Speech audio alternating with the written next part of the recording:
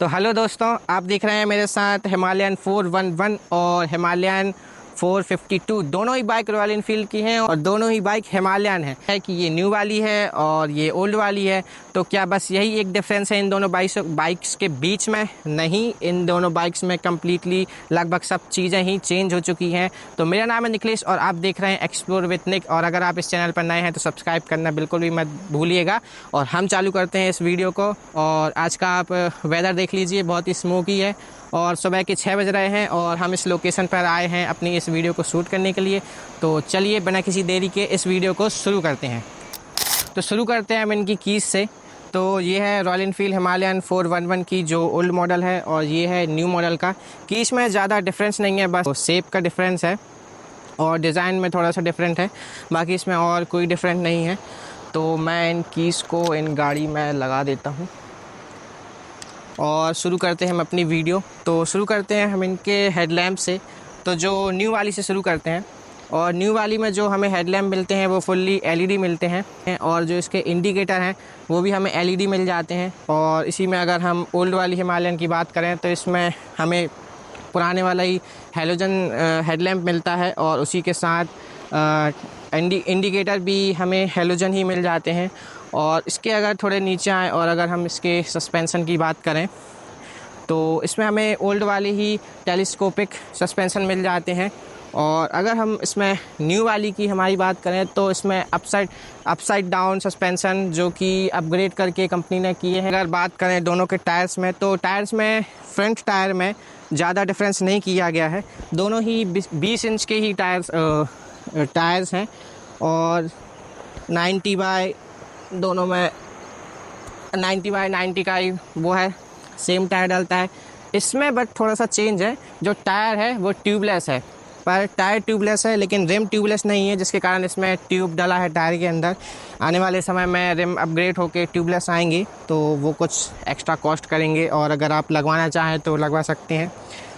और अगर हम इसके डिस्क की बात करें दोनों की, तो जो न्यू वाली हिमालयन है उसमें 320 mm का फ्रंट डिस्क आता है और जिसमें जो पुराना डिस्क है वो 300 mm का आता था। इन दोनों के टायर्स की बात कर ही रहे हैं तो फ्रंट टायर तो हो गया, अब मैं आपको इसकी पिछले टायर का डिफरेंस बता देता हूँ।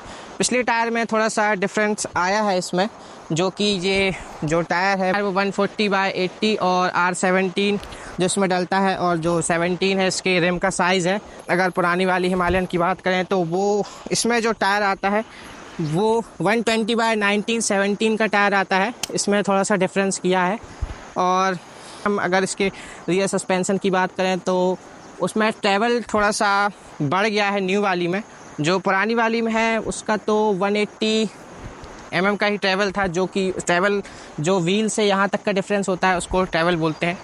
और हम पिछली न्यू वाली हिमालयन में देखें ट्रैवल तो इसका जो ट्रैवल है वो थोड़ा सा 20 mm बढ़ गया है, जो कि अब 180 से बढ़कर 200 mm हो चुका है।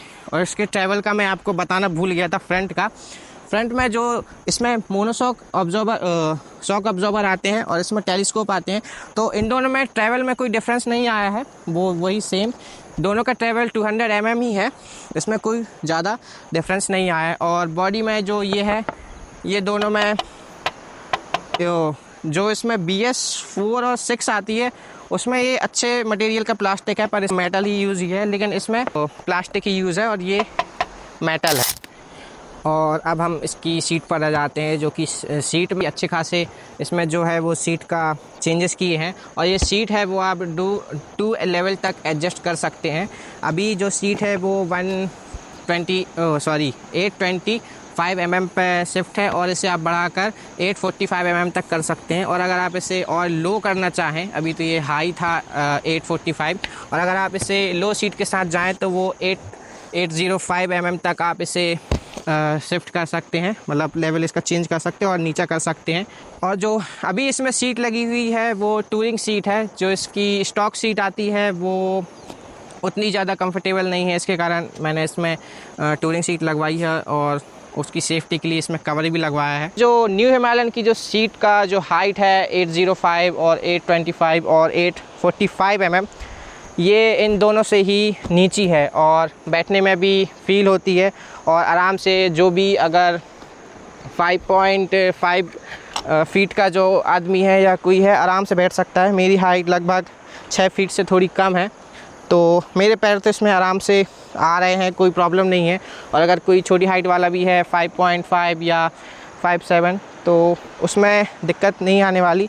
तो बड़ा होना ही अच्छी बात नहीं होती है, तो इसलिए इसमें सीट में इसमें ये एडवांटेज हैं।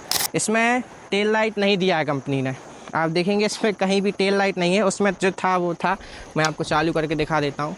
इसमें जो टेल लाइट है वो इंडिकेटेड है इन इंडिकेटर्स में, इंडिकेटर्स के साथ ही कंपनी ने इसमें टेल लाइट फिट कर दी है।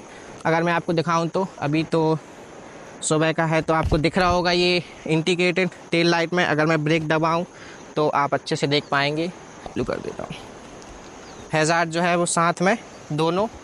तो जो ओल्ड वाली है उसकी टेल लाइट कुछ इस तरीके से है नॉर्मल, जो कि देखने में डिसेंट सी लगती है। और इसमें भी आपको हैज़ार्ड लाइट मिल जाते हैं, जो कि कोई प्रॉब्लम की बात नहीं है। इसमें भी आराम से हैज़ार्ड लाइट, हैलोजन है पर बहुत ही अच्छा। यहाँ पर भी मेटल लगा है, मेटल का यूज़ है, जो कि मैंने क्योंकि अभी वो BS4 और BS6 वाली देखी थी, उसमें प्लास्टिक का यूज़ है, इसमें अच्छे वाले फाइबर का, पर ये मेटल है, ये बहुत और अच्छी बात है। अब हम बढ़ते हैं नेक्स्ट डिफरेंस की ओर, जो कि बहुत ही बड़ा डिफरेंस है, और वो है इसका इंस्ट्रूमेंट क्लस्टर।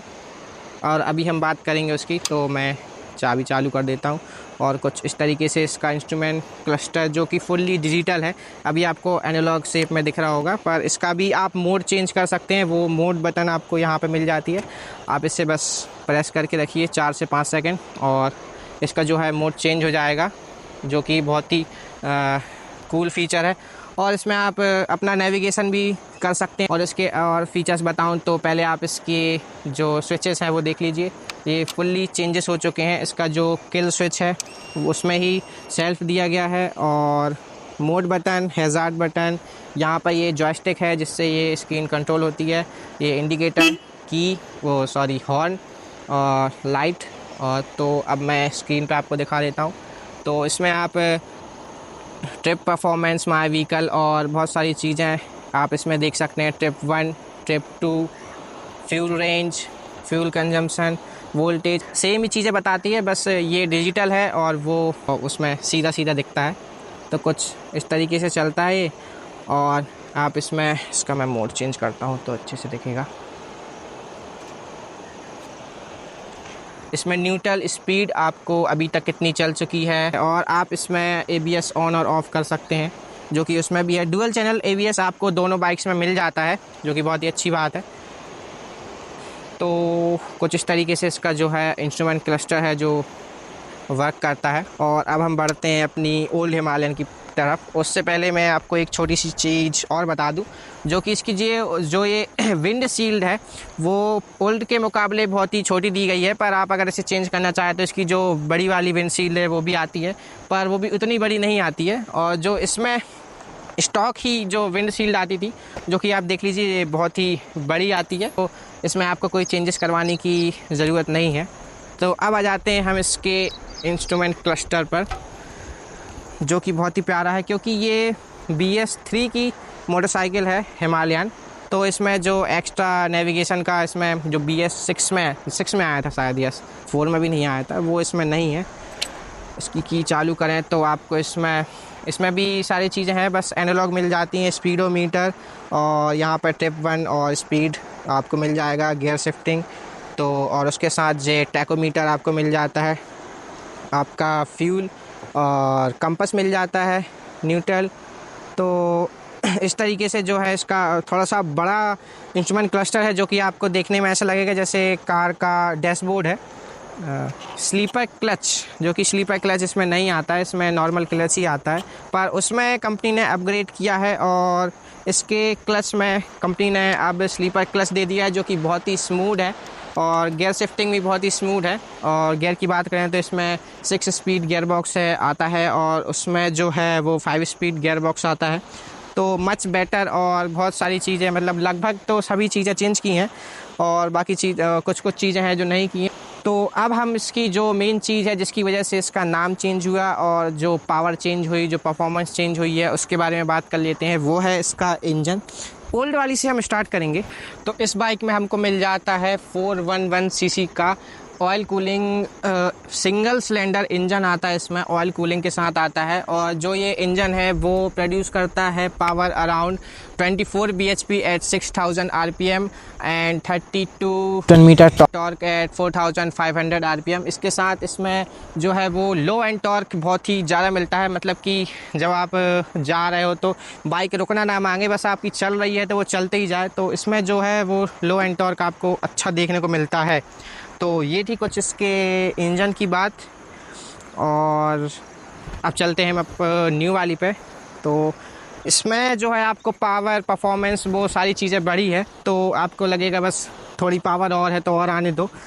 इसके इंजन की बात करें तो ये हमको मिल जाता है 452 सीसी का लिक्विड कूल इंजन। इस बार कंपनी ने जो इंजन है वो लिक्विड कूल दिया है ये, और लिक्विड कूल के साथ साथ इसके इंजन की जो पावर है वो है अराउंड 40 bhp एट 8000 rpm और 40 टॉर्क एट 5500 rpm में इसका।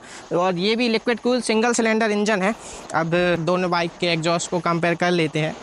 इसमें जो एग्जॉस्ट आता है वो अब बहुत ही स्लिम और छोटा सा और पतला हो चुका है उसके मुकाबले। और इसे हम चालू करके आप पहले इसका लुक देख लो। जो एग्जॉस्ट है वो पतला हो चुका है और छोटा हो चुका है बहुत ही। उसको मैं चालू करता हूँ तो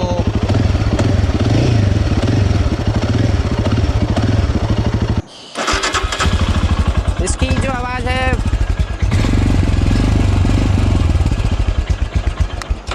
पर मुझे उससे मच बेटर इसकी आवाज़ लगती है, क्योंकि इसकी आवाज़ थोड़ी सी कम है और बहुत ही स्मूथ आवाज़ इसकी लगती है। तो इस तरीके से कुछ इसका एग्जॉस्ट का साउंड है। और लोग बोलते हैं कि भाई बाइक में एग्जॉस्ट चेंज कराओ, तो ये जो बाइक है वो एग्जॉस्ट के लिए नहीं है। ये बाइक जो है टूरिंग बाइक्स है दोनों, और इस तरीके की जो भी बाइक आती हैं उसमें एग्जॉस्ट इंस्टॉल नहीं कराया जाता है, जो मतलब ज़रूरत नहीं पड़ती है। अगर आपको फिर भी पड़ती है, मेरे ख्याल से तो नहीं पड़नी चाहिए, क्योंकि एग्जॉस्ट इसका जो कस्टम आता है वो ही सही रहता है। इसमें आपको आवाज़ की ज़रूरत नहीं रहती है। ये कोई आपकी स्पोर्ट बाइक तो है नहीं जो आप इसको रैप करो, इसलिए इसमें जो एग्जॉस्ट है ये वो ही बहुत सही रहता है। ग्राउंड क्लियरेंस की बात करें तो इस बाइक में थोड़ा सा ग्राउंड क्लियरेंस बढ़ गया है, और उसके मुकाबले उसमें जो ग्राउंड क्लियरेंस आता था वो 220 mm आता था, जो कि इसमें 10 mm का अंतर हो गया है। और इसका जो ग्राउंड क्लियरेंस है वो अब हो चुका है 230 mm। और जो ग्राउंड क्लियरेंस इसका बड़ा है वो इस वजह से बड़ा है, क्योंकि मैं ओल्ड वाली से बताता हूँ। ये ओल्ड वाली में जो ये चेसी है, इसका जो फ्रेम है वो यहाँ से आता है नीचे से, और इससे इंजन जो है सपोर्ट लिया है, इसके ऊपर इंजन रखा हुआ है। तो जो ये चेसी है इसमें जो इंजन है वही चेसी का पार्ट है एक तरीके से। जो फ्रेम है जो वो फ्रेम जो है यहाँ से कुछ नहीं आया है, ये डायरेक्ट जो इंजन है इसका ये नट से और चेसी से ही जुड़ा हुआ है। ये यहाँ से पूरा इंजन ही चेसी है एक तरीके से। और अगर हम इसकी बात करें व्हील बेस की, तो जो न्यू वाली है वो उसका व्हील बेस है 1510, और जो ओल्ड वाली है उसका व्हील बेस है अराउंड 1465। तो ये कुछ उसके व्हील बेस और ग्राउंड क्लियरेंस की बात है इन दोनों बाइक्स के बीच में। तो दोनों बाइक को बहुत देर से देख रहे हो तो आपको देखने में ये ज़्यादा लग रहा होगा कि जो न्यू वाली हिमालयन है वो वेट में ज़्यादा होगी, क्योंकि वो देखने में थोड़ी सी बल्की और मस्कुलर लग रही है। पर ऐसा मैं आपको बता दूं बिल्कुल भी नहीं है, क्योंकि वेट में दोनों बाइक्स में सिर्फ 2 kg का अंतर है। और जो 2 kg का अंतर है वो 2 kg ये वाली पुरानी वाली हिमालयन इससे भारी है। इसका जो वेट है वो 196 किलोग्राम है, और इसका जो वेट है वो 198 किलोग्राम है विथ फुल टैंक। मतलब फुल टैंक आप जब करा दोगे तो इसका 198 हो जाएगा और इसका 196 हो जाएगा। और टैंक की बात आई है तो इसका जो टैंक है वो हमें मिल जाता है 70 लीटर का, जो कि उससे 2 लीटर ज़्यादा है। नंबर्स का खेल है बस थोड़ा बहुत, इसमें 2 लीटर ज़्यादा है, उसमें 2 लीटर कम है। इसका मैंने 17 लीटर बताया है, तो उस बाइक का टैंक हमें मिल जाता है अराउंड 15 लीटर्स। और दोनों का माइलेज सेम ही है। इसका 30 तो 32 तक ये आराम से दे देती है, और ये भी 30 से 32 तक दे देती है। तो इस वीडियो को हम यहीं पर करते हैं एंड, और लाइक और सब्सक्राइब करना मत भूलिएगा। एक्सप्लोर विद निक, और कमेंट सेक्शन में ज़रूर बताइएगा आपको ये वीडियो कैसी लगी इन दोनों बाइक्स के डिफरेंसेस के बारे में। और अगर आपके किसी फ्रेंड के पास हिमालयन है तो ये वीडियो उसे शेयर ज़रूर कीजिएगा। तो गुड बाय, और मिलते हैं हम बहुत ही जल्द अगली वीडियो में।